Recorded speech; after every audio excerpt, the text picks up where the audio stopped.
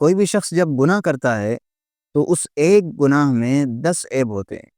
پہلا عیب یہ ہوتا ہے کہ جب بھی کوئی بندہ گناہ کرتا ہے تو اس وقت وہ اللہ تبارک و تعالیٰ کو ناراض کرتا ہے کہ جس کو اس پر ہر وقت قدرت حاصل ہے۔ اور دوسرا عیب یہ ہے کہ اپنے ساتھی کو ایذا دینا، کہ جس نے کبھی تکلیف نہ پہنچائی ہو، یعنی وہ فرشتے کہ جو حفاظت کرنے والے ہیں۔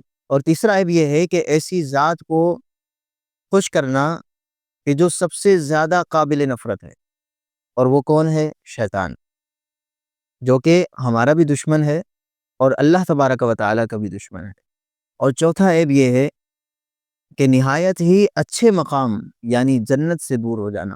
اور پانچواں عیب یہ ہوتا ہے کہ نہایت ہی برے مقام یعنی دوزخ سے قریب ہو جانا۔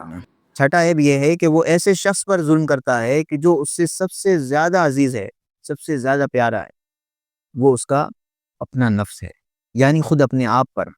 ساتواں عیب یہ ہے کہ اس نے اپنے آپ کو ناپاک کر لیا ہے، حالانکہ اللہ تبارک و تعالی نے اسے صاف ستھرا پیدا فرمایا ہے۔ آٹھواں عیب یہ ہے کہ اپنے گناہوں کا رات دن صبح و شام کو گواہ بنا لیا اور انہیں تکلیف پہنچائی۔ اور نواں عیب یہ ہوتا ہے کہ حضور اکرم صلی اللہ تعالی علیہ وسلم کی روح مبارک کو قبر انور میں ایذا پہنچانا۔ دسواں عیب یہ ہے کہ اس نے اللہ تبارک و تعالی کی مخلوق کے ساتھ خیانت کی، خواہ وہ انسان ہو یا جنات۔